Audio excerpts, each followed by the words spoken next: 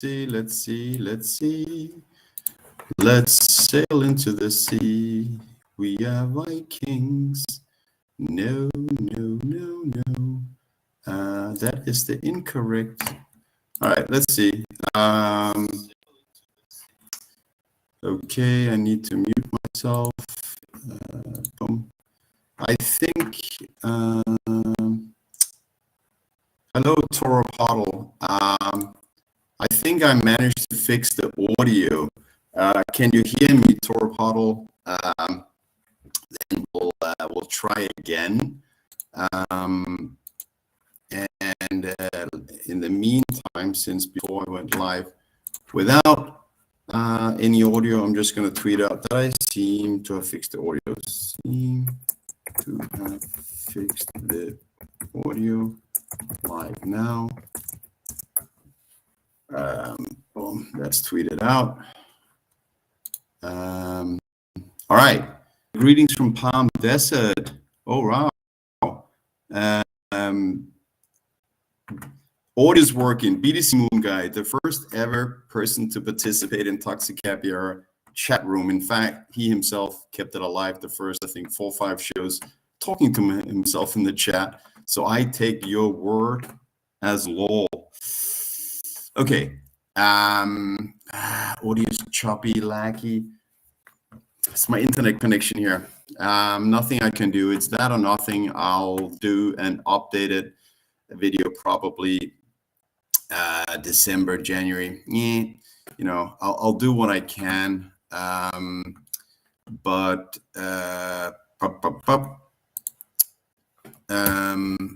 Yeah, I'm gonna do this anyway, and then once I get back to a better internet connection, I will I'll do another version. I mean, in general I've waited with this because I'm a perfectionist. I want to keep, you know, making it better, but of course you can't ever achieve perfection.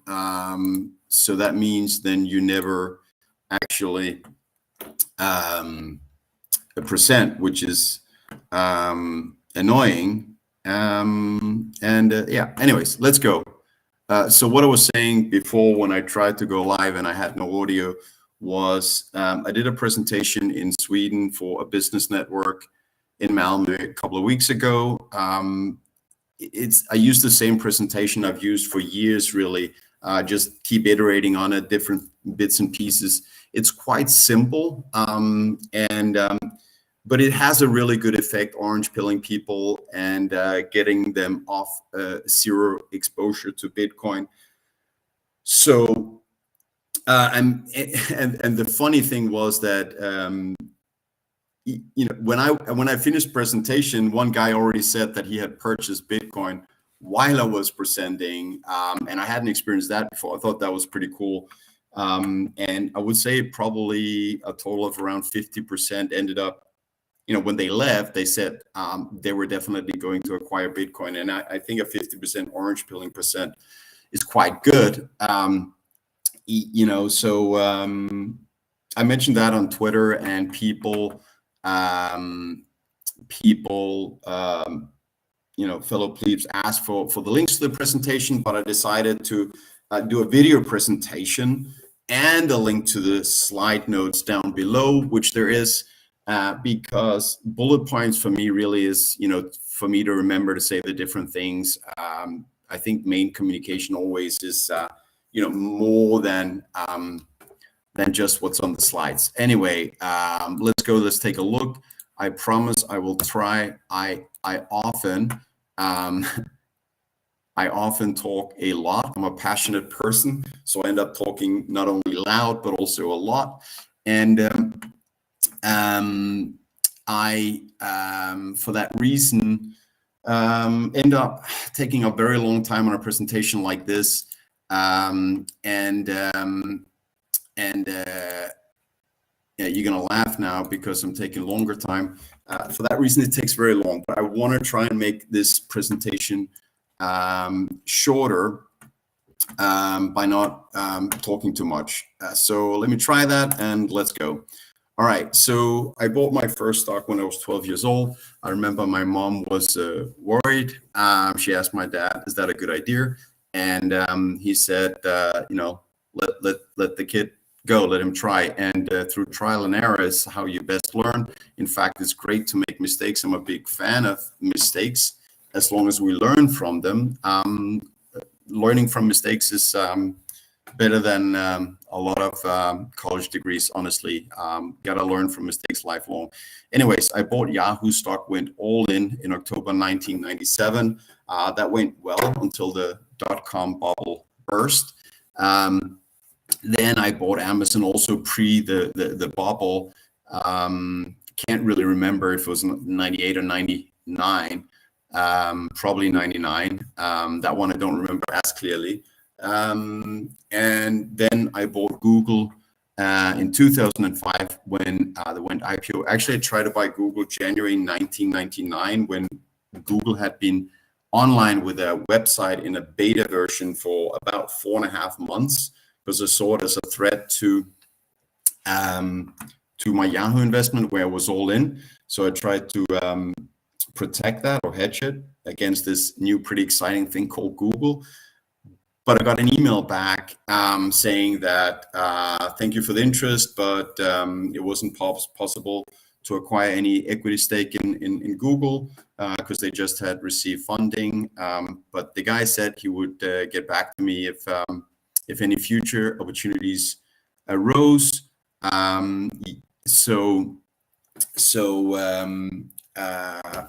Yeah, but I unfortunately never heard back. That guy was Sergey Brin, the co-founder of Google. So pretty psyched to have an email exchange with him. But since I never heard back, I guess it's pretty useless. Anyways, so I've been self-employed many times, really always thinking that, that was the way for me to achieve financial independence, which is really important for me. But late into my career, I realized that it wasn't going to be through self-employment, starting companies, because that was not my skill set. My skill set more is investing. Yeah, let's go. Next slide. Okay, and I just want to, just quick reminder,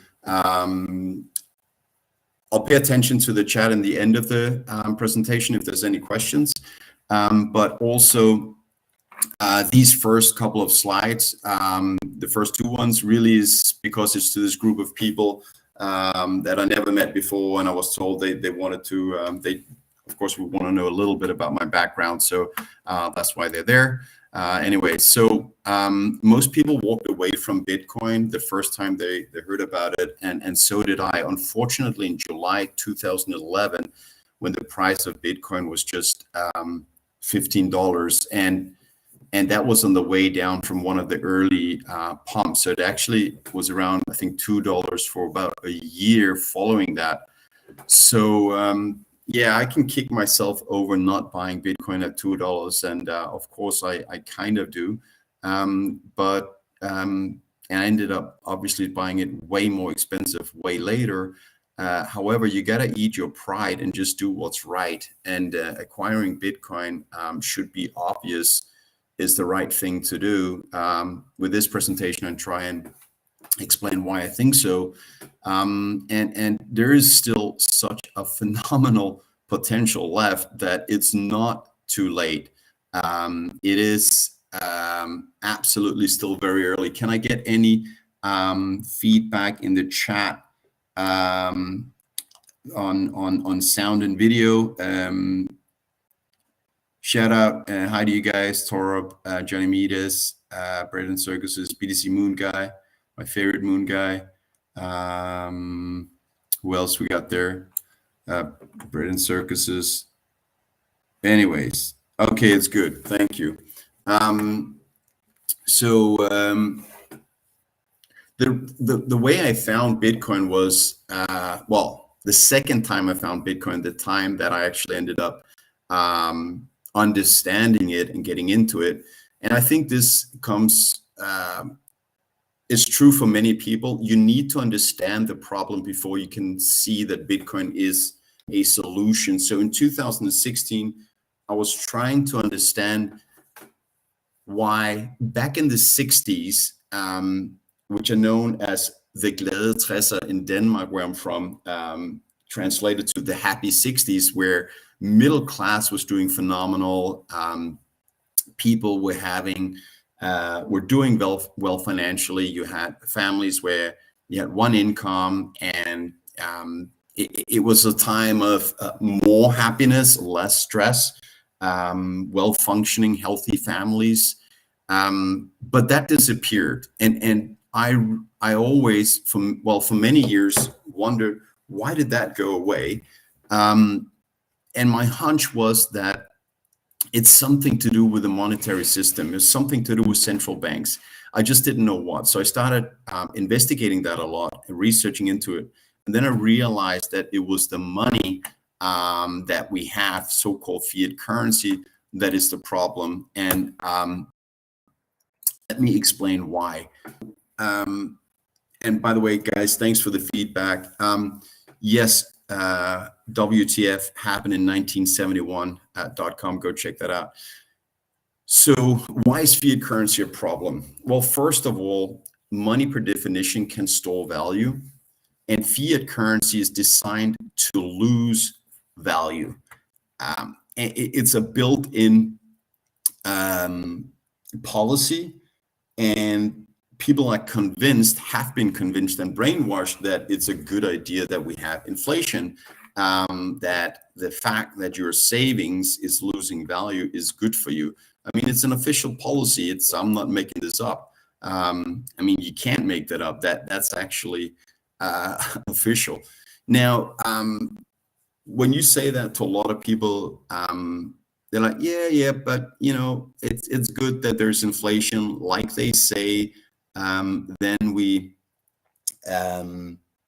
spend money and keep people in jobs. You know, we stimulate, so everyone gets to keep their jobs.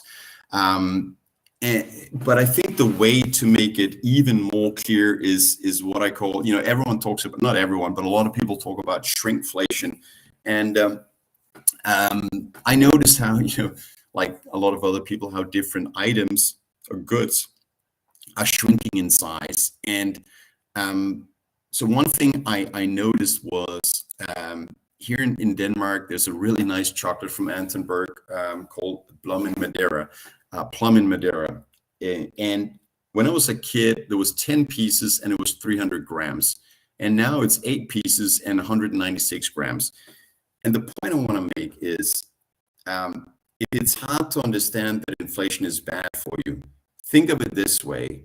You can buy 100 or 300 grams of chocolate today, but next year for the same money, you can only buy, say, 290 grams. The year after, 280. The year after, 271. It just common sense that it's not in your best interest that what you can purchase is less and less. It really should be obvious. So yeah, inflation is not good for us. We will have jobs anyway. Having to destroy the currency value to keep us in jobs is a fallacy, and in my opinion, one of the biggest scams the world has ever seen. And I want to note that before fiat currency, where we had a currency now with you know, constant destruction of value, we also had jobs when the world was on a gold standard.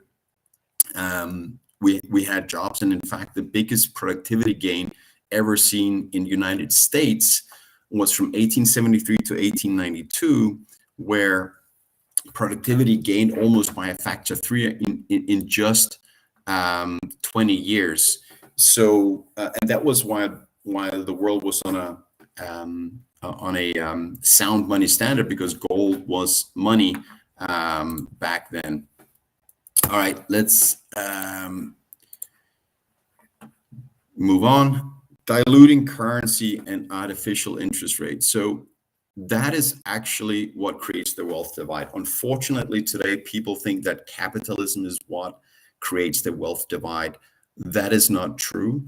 It is the dilution of currency and an artificially low interest rate that creates the wealth divide. What happens is when the interest rate goes down, and let's face it, it's artificial, and everybody knows it's artificial. It is a committee of a few people in the Federal Reserve that dictates the interest rate pretty much around the world because everyone else has to follow suit.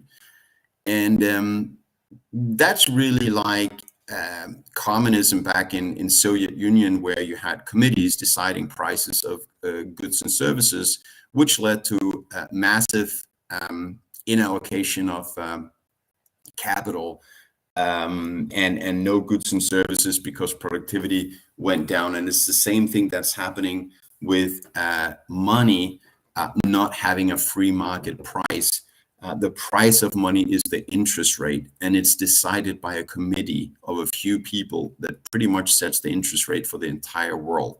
The interest rate should be free market. They're not avoiding boom and bust like they claim.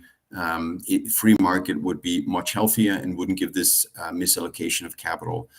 So the problem that it creates is that when they have this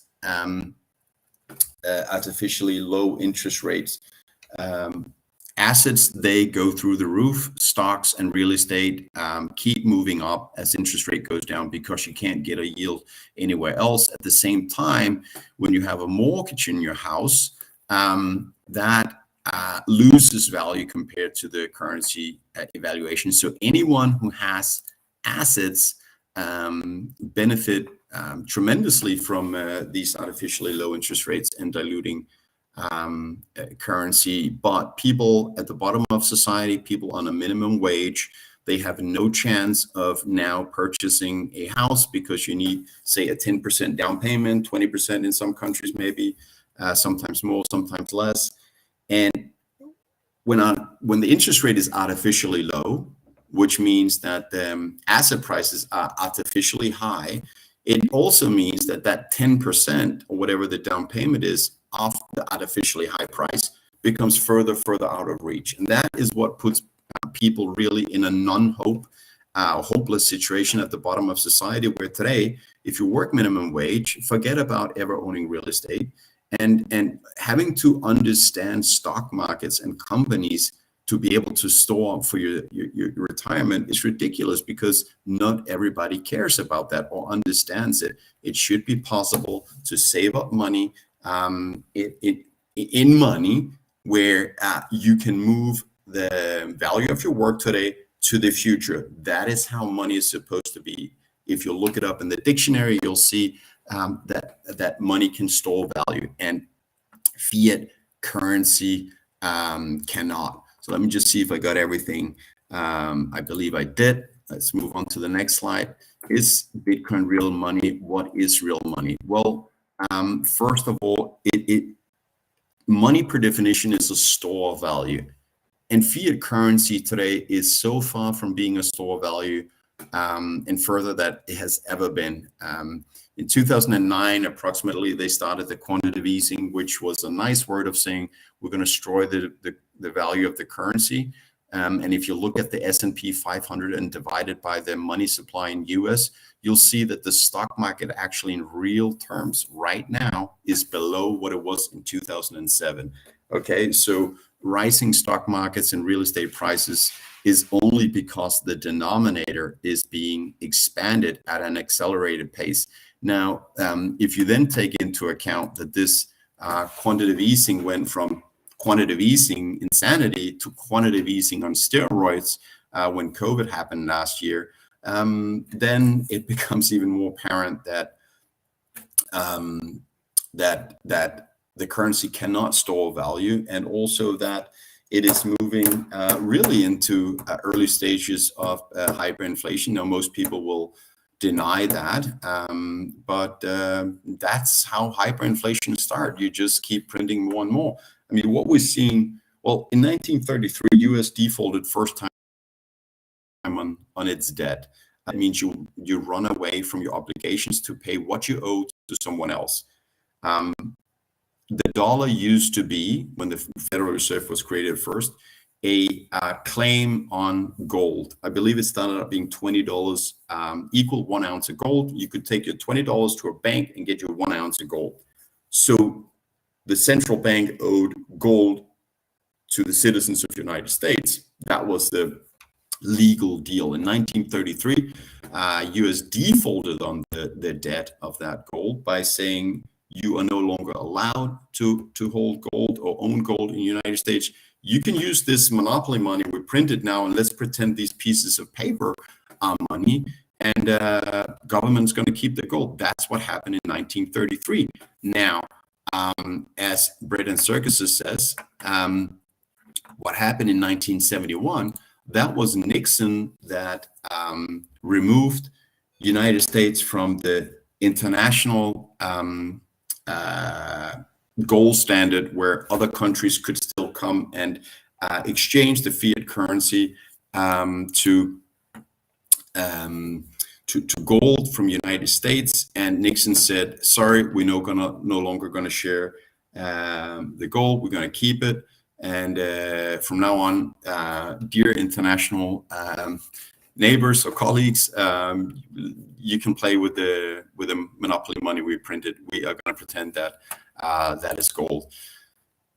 So that really meant that 1971 was the second default, the way I counted, from American. And if you say that it can't, that US can't default on its debt, I just want to remind you that they already did twice, and the third is kind of already in the making, because right now they yield close to 0% in return or 1% in return on the bonds, yet they're printing so much that the real rate on those bonds are significantly negative on a yearly basis, highly likely double digit, 15-20% negative yield yearly. So that is in practice a default simply by printing your way out of the debt. So yeah, I would claim that right now you're watching the third default. All right, let's go back to money. Money also is a unit of account, which means the things that you are looking at are priced in the money. And I know Bitcoin is not there yet, but it's only going one way. And we now have one country in El Salvador where you have the price of everything in Bitcoin. Also, money is traditionally a medium of exchange, which means that that is what you can use to pay. And I know that this is not the case in most of the world, except El Salvador. However, that is the trend. Now, you can wait buying Bitcoin or acquiring Bitcoin by your work and be paid as a salary when the whole world has gone full Bitcoin standard. Or you can now speculate like others that that is the way the world obviously is going, and own some Bitcoin and secure yourself for the fiat currency collapse that in my opinion seems really, really inevitable. All right, so this slide I think is to me is really useful or important. And that is, you got to look at the properties of money to understand, how good a money is Bitcoin. And the properties that money usually are being compared on and are competing on is whether they're scarce. They have to be scarce. If a commodity is not scarce, it cannot act as money. And Bitcoin is the first time ever that we have 100% capped money, where it's 100% scarce, where not only is there a little bit being mined like gold every year, but there is a maximum limit of 21 million units that cannot be exceeded. Also, Bitcoin is, so it's 100%, infinitely scarce. Also, when it comes to portability, it really is 100% infinite portable, because I can instantly and for very near free send any amount of value to a country the other side of the world through the Lightning Network, which sits on top of Bitcoin. Even people in oppressed countries can take $100 million and put it in their memory and walk with this $100 million worth of Bitcoin in their memory through customs without, dictators finding it with gold detectors or seeing United States dollar bills, which traditionally those two have been used for smuggling money. Bitcoin can be smuggled in your memory. And I'm not saying that you should do anything illegal, but if you're living in a oppressed country, that's probably what I would do. And then divisibility is another and the third property that money commodity always have competed on. And again, Bitcoin is 100% infinitely divisible. One Bitcoin contains 100 million Satoshis, and these Satoshis, once they're valuable enough, can even be further subdivided.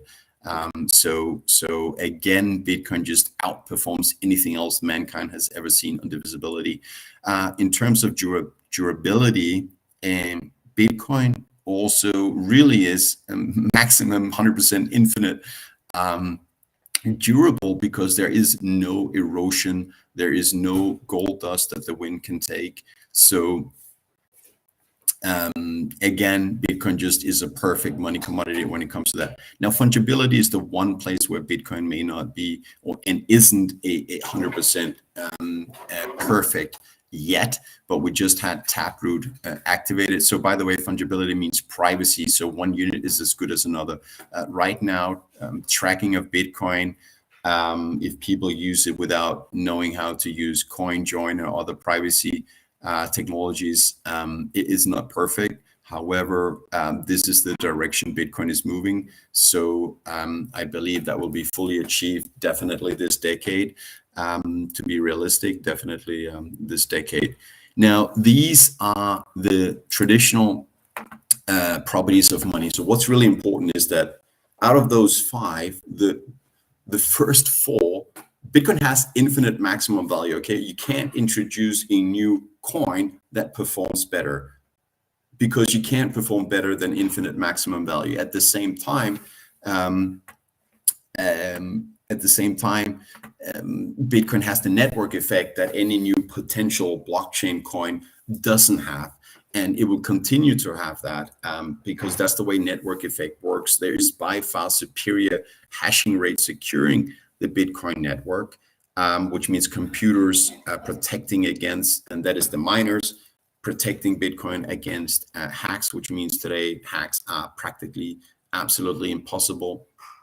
And because it has the most value, the incentive structure also draws in the most miners, which means that it's just a self-fulfilling positive spiral that no new potential coin can compete with. So Bitcoin is the next Bitcoin. And back to the slide. So furthermore, apart from being the most perfect money mankind has ever seen, except on fungibility, but the first four are so superior that it's even better than gold. But further, Bitcoin, because it's digital and decentral, is unconfiscatable. No one can take it from you, especially when you learn self-custody, which is not, which is something that needs to be studied. And you need to know what you're doing, because there's no calling any Bitcoin company and saying you lost it. So that's sovereignty, self-sovereignty, and you need BTC Moon guy. Thank you. You make my day. Very nice of you. He just stacked. Absolutely. Thanks, man. I hope to meet you one day. That will be a ball. Back to the presentation. So Bitcoin is unconfiscatable if you know what to do. And also Bitcoin allows permissionless value transfer, which means that no third party, no bank, no one else, no government can get between you and you donating money to any organization that, for instance, is critical of governments. And that happens all the time around the world. WikiLeaks is one such example. How am I doing on keeping this presentation not too long? How are we doing on time? I can't see. Anyways, let's just continue. All right. So someone told me to highlight the risks. I had a lot of fun with it, to be honest. The risk of Bitcoin, and of course there are some. The reason I didn't have them in previously is really because none of them in mine, and especially the smart people in Bitcoin, they don't consider, neither do I, any of them to be credible threats to Bitcoin. But let's just talk about them. Centralization of mining. If anyone has more than 51% of the mining power, they could mess around with the blockchain. However, Bitcoin is very decentral, and even now, after China banning Bitcoin mining, it's become even more decentralized and spread around the world. So that is quite unlikely. Now, a reduction of the Bitcoin nodes, which is also an important metric, because nodes are needed to verify that the blockchain is correct and there's no cheating from the miner side. But that is a growing number, and more people are starting to run a node, which is great. Now, also a bug in the protocol. I forgot to write quite unlikely there, I can see. So you see, every time you can reiterate and improve things. But there's so much peer review on changes to the Bitcoin protocol, and really it's the smartest people in the world. Let me mention Luke Dash Jr. as one of those. Peter Woolley. Oh God, I forgot some of the other names. Obviously, when you're doing it live, but there's some really smart people there, and they are basically making sure that there's no box or backdoors or hacks implemented into the Bitcoin protocol. Another threat, governments becoming sane. That's also quite unlikely. However, the biggest threat to Bitcoin today probably is the sun swallowing the earth, which is highly likely to happen, and that's about 7.5 billion years from now. So obviously stack accordingly and enjoy your life while you can. Let's move on. Okay, so history has proven that whatever commodity is performing best on the properties of money becomes the winning money, becomes money of that region. And when I say region, it's also because, for instance, in prison, it's not the same region as, say, the rest of the world, obviously. And in prison, cigarettes seems to be the preferred money, because they don't have the same access to dollars, for instance. And best properties becomes the winning money. And once a commodity becomes the winning money, it acquires a monetary value that is assigned on top of the utility value, because money is necessary for society to be able to specialize in different aspects.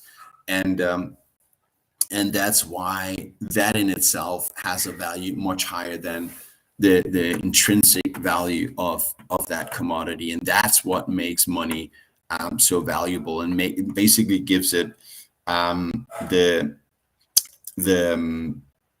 half the value of any economy, because 1/2 on all transactions is money. So that goes above gold. When gold was money, let's say 1,000 years from now, you didn't use gold in technology, yet it was very valuable. All the value of gold at that time was monetary. I know now maybe it's used in electronics, mobile phones, etc., but the value was monetary. So we wear jewelry because it's valuable. It is not valuable because we wear it. History of money. All right, so before money, we bartered, and the reason we bartered was we were not specialized. So when we were hunters and gatherers as in humanity, we didn't have specialization. We had food, we have clothing, and tools, and that was pretty much it. Back then, money, I guess, was not needed enough. But do I really know what happened 10,000 years ago? Of course not. But this is what is being speculated. Now we have proof that 1,800 BC, almost 4,000 years ago, rare seashells were used as money in areas of China. And then 700 BC, gold was circulated as money in a kingdom in Western Turkey, and that kingdom was called Lydia. That was the first time ever that was a king that minted gold coins and used that for money. That was the first time ever that it was circulated beyond collectibles and I guess gold bars or gold candle holders, whatever. And then in 2009, Satoshi Nakamoto, he launched Bitcoin, and as I just mentioned on the properties of money before, Bitcoin is the best money the world has ever seen, and because it has maximum infinite value on all aspects except privacy, which is being fixed this decade, it's already written in stone that it will take over as money of the world. In my opinion, none of this is financial advice, obviously, but I stack according to my own beliefs, and so far so good. All right, my price target of Bitcoin, and this is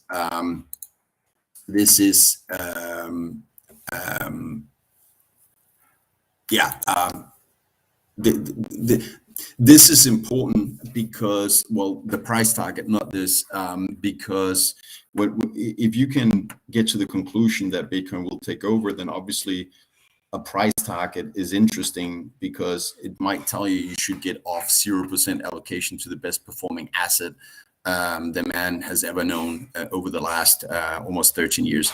Anyways, we are so early, and this is important. I get to the price target in a minute.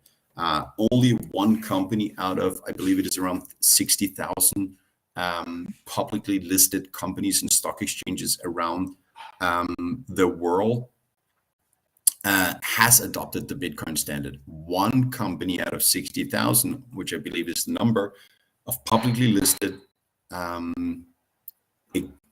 stock companies or equity companies,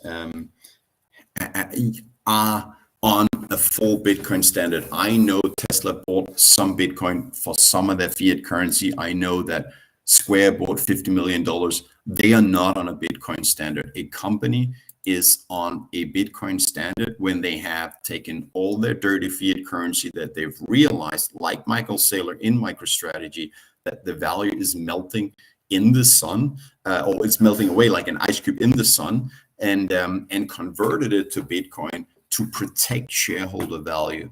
And that's what we've seen with MicroStrategy, and only one company so far has done that. Also, only one country which has a fairly insignificant GDP, which is gross domestic product, has adopted Bitcoin as legal tender, and of course that's El Salvador.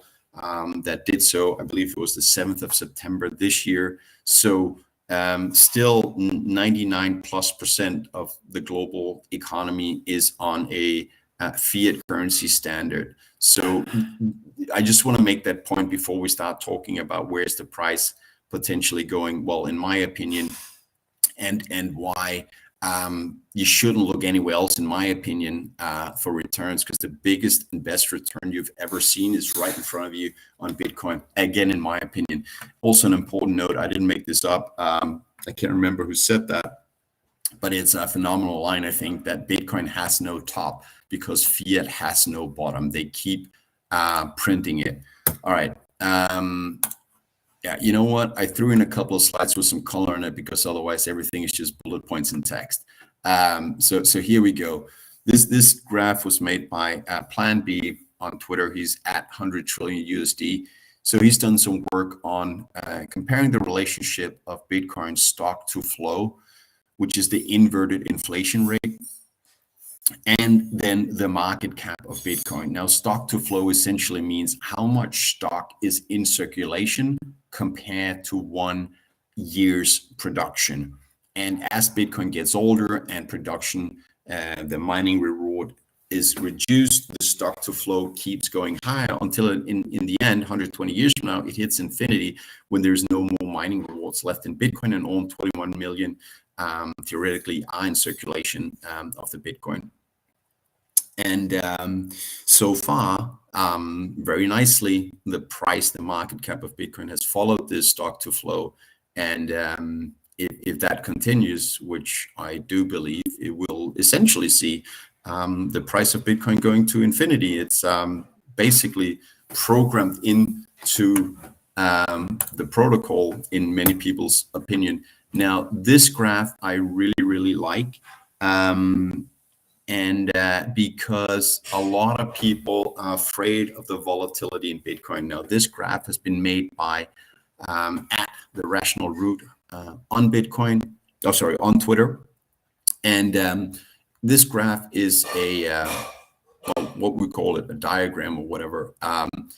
It's like circles of a tree. Every time you go out one circle, so in the center, the price of what Bitcoin is 0.001 cent for one Bitcoin, which means you could buy 1,000 Bitcoin for $1. Every time this tree goes out one circle, the price goes up by an order of a magnitude, and that means 10x. So you add 1 0. Now the colored line that goes out is the price of Bitcoin, and as it goes 1/4 of the circle, it is 1 year. So one full round on this circle is a 4-year period, which roughly is equal to the halving cycle. Now, the first time that Bitcoin was priced was more than 1 year into existence. That was the first time ever it was traded. Before that, no one was willing to buy it, but people were mining it. And that is the beginning of the graph on the almost inner circle, the blue line. And then you can watch the price of Bitcoin increase and sometimes decrease. And yes, there's some volatility, but when you look at this graph and you zoom out on a 4-year period, you'll see that Bitcoin always is increasing in price over a year period, in fact, quite significantly. So stop thinking or worrying about volatility unless you need to use the money next year or next day or next week, month, whatever. If you want to lock it away and have purchasing power growth over time, that's what Bitcoin can do. But no one knows what happens short term. So as you can see, the price moving out, and as the years progress, yes, there are ups and downs on this, but overall it just keeps moving out. It just keeps grabbing another order of magnitude. It keeps going up another 10x, and that's why we're here today at around $57,000 per Bitcoin. And in my opinion, this is unstoppable, and that's why $25 million per Bitcoin is just a matter of time. $500 million per Bitcoin essentially is just a matter of time because they keep printing fiat. All right, now we get to the price target, and this is the price target measured in purchasing power of today. Essentially, the price will end up going way, way higher, in my opinion. But we're talking about in today's purchasing power. So first we need to look at what are the markets that Bitcoin is highly likely to replace. And that is the store value that different things are, different assets or currencies are holding today that Bitcoin will absolutely swallow up alive, in my opinion. But first of all, if we look at global currency or quote money, that is more than $100 trillion. If you look at all the fiat currencies and include gold, which Bitcoin also will steal store value market share from. Then there's global real estate, which sits above $300 trillion. And real estate has become so valuable because there's nowhere else people can store their money without it being diluted, except stocks, which is sitting above 100 trillion.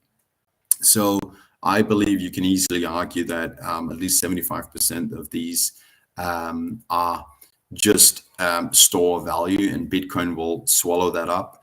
And one of the reasons is that the interest rate is artificially near 0%. and a free market interest rate, which we will have, hey, Moon Guy, which we will have when Bitcoin takes over as money, because Bitcoin cannot, the interest rate there, you can't manipulate it. It's a free market interest rate, and then these assets will be repriced significantly lower. I mean, but don't fret if you have a house and you have a mortgage, because the mortgage, in my opinion, if you owe dollar away and dollar is going to go to zero, then the mortgage essentially is wiped out. Now, these are of course significant claims from my side, so don't do any investment decisions based on that. I'm just sharing my beliefs here. Bonds, which is really 100% a matter of storing value. That's $120 trillion.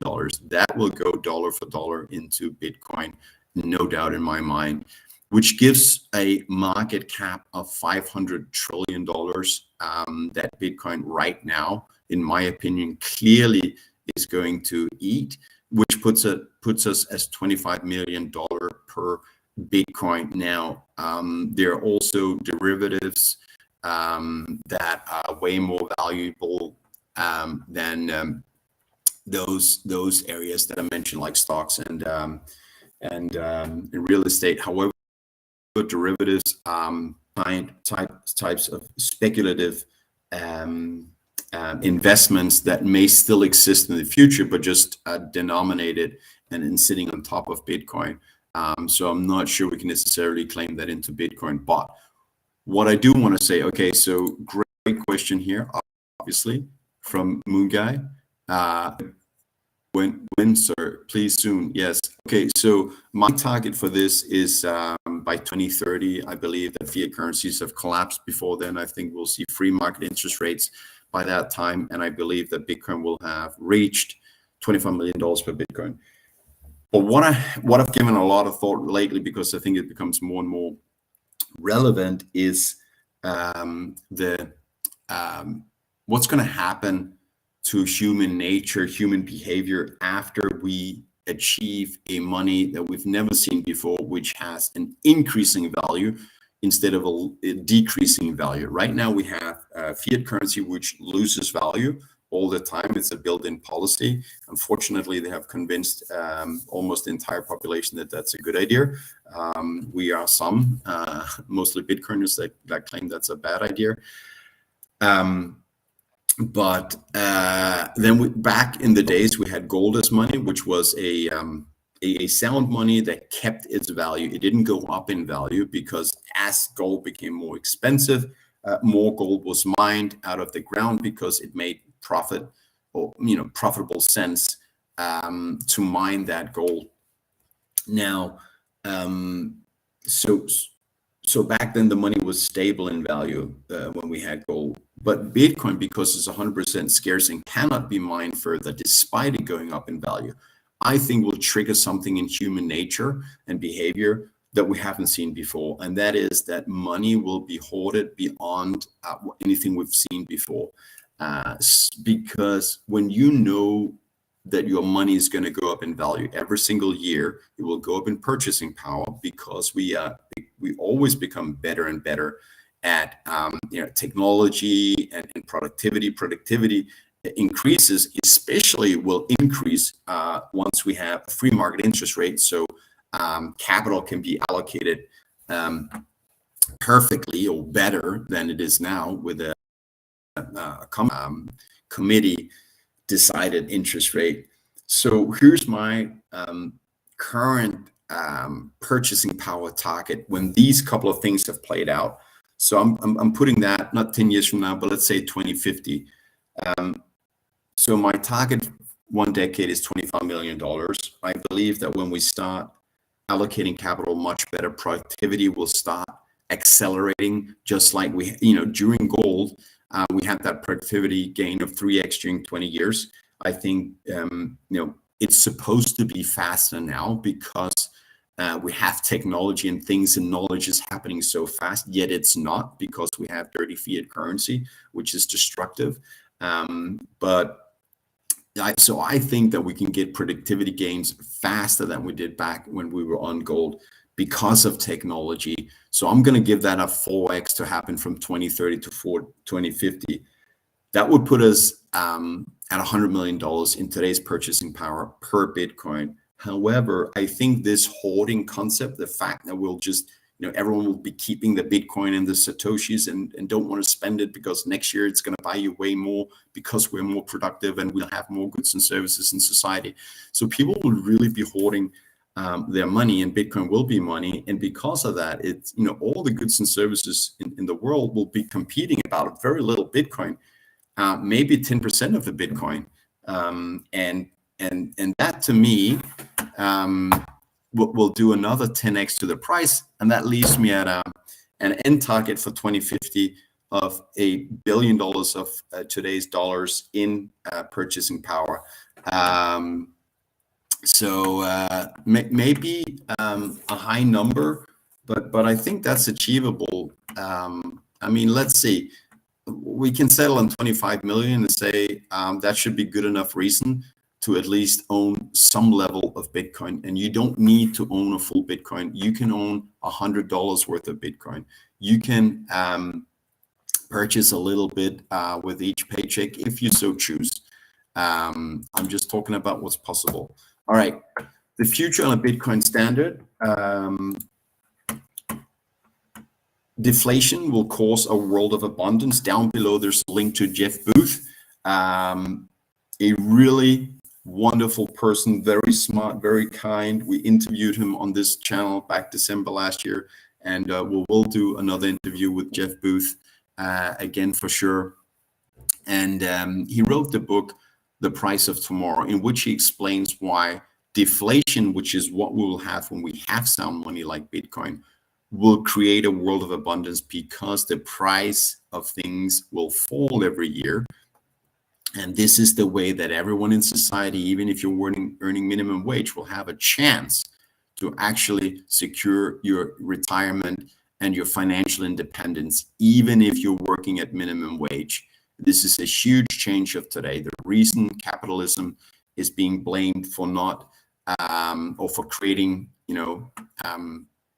the wealth divide and homeless and a lot of people at the bottom of society, that is wrong. It's not because of capitalism. It's because of fiat currency and the way that it makes people with asset and debt richer and normal people at the bottom poorer.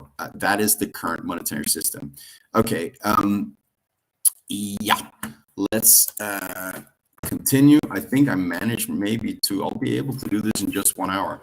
I'll keep working on that and see if I can do it even faster in the future. Okay, so this is my input. It's not financial advice. Bitcoin only. There is so much potential still left in Bitcoin. As I have $25 million for Bitcoin, really is it's kind of already brand because Bitcoin is by far better money. Fiat currency has no bottom, and Bitcoin therefore has no top. It's already won on all important aspects of hashing rate, security of the blockchain, computer power, securing it. The technology of Bitcoin is far superior of anything else you see out there. I mean, Ethereum can't even go. They have a huge scaling problem, and they've been trying to go to proof of stake, which is inferior, by the way, but they've been trying to go to that for 4 years, and they're still unable to, probably because it's really, really hard. An unsolved problem for Ethereum. Bitcoin is superior, and money is a winner takes all game. It always has been. Yes, you see other things having value as well and pretending to be money, but once the black hole starts swallowing everything, it will also swallow in the value of the altcoins, and I believe that will happen when Bitcoin goes from 90, 95, 98 to 99, almost 100% of total monetary value globally. So buy and accumulate as much as possible is what I personally do, and I think that's a good idea. Not financial advice. But because we're in a bull market, I wouldn't be sitting on $1,000 on the sidelines right now, or whatever amount I could have had in dollar savings. I would take a lump sum position because we're going higher. And then I would just, at every paycheck, whatever money I could save, and this is actually what I'm doing, I throw that into Bitcoin. But a word of warning, of course, asset concentration is what creates wealth and potentially risks it, and diversification protects it. However, I honestly, knowing that assets like stocks and real estate will be repriced lower, in my opinion, when we get a free market interest rate and not the artificially low mortgage rates that we see now. They will be repriced lower. So today I can't really see, any interesting diversification away from Bitcoin. Again, remember, a lot of people say diversify, don't necessarily do what I say. I'm just telling you my opinion and what I'm doing. I will eventually acquire a home, knowing that home will drop dramatically measured in Bitcoin, so it will lose value. It will be a bad investment. But I've done delayed gratification. I'm not saying never gratification, and I think that's kind of the point. It's delayed gratification. It's not never gratification. On to the next one, right? Perfect. Last one. I did it in under an hour. We're only 56 minutes now, it seems. Put it back on. So yeah, thanks for paying attention. Thank you for watching. I know there's not many people watching live right now because apparently first time I went live, there was no audio.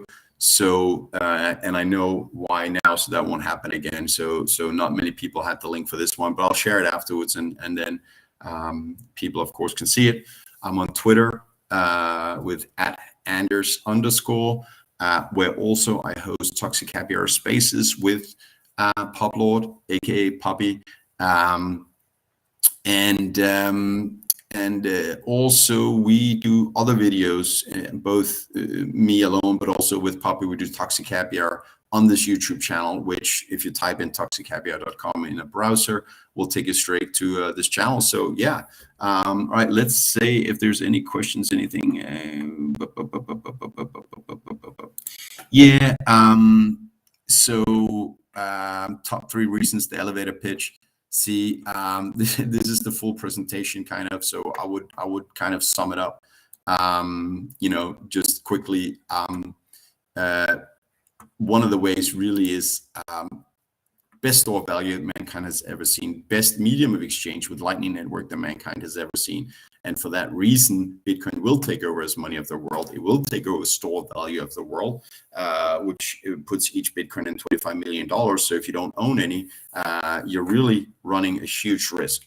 That's the elevator pitch, I guess. BTC Moon Guy got his Bitcoin shoes yesterday. Awesome. All right, thanks for watching. I'm going to end it here. Psyched that I managed to do it under an hour. I'll go ahead and share this link to the people that only got a link to the non-audio version that I had to kill after a few minutes. What else? So down below is a link to this presentation. I will keep reiterating, and I'll probably do this video on a regular basis just to improve my own pitch as well, and just try and get everything in there. So yeah, until the next one, see you later. And don't store more value in dirty fiat currency that you can afford to lose, because it's a built-in policy of the Federal Reserve to eat the value of your savings. They convince you it's a good idea. I disagree. Bitcoiners disagree, and that's why we Bitcoin. And yeah, that's it.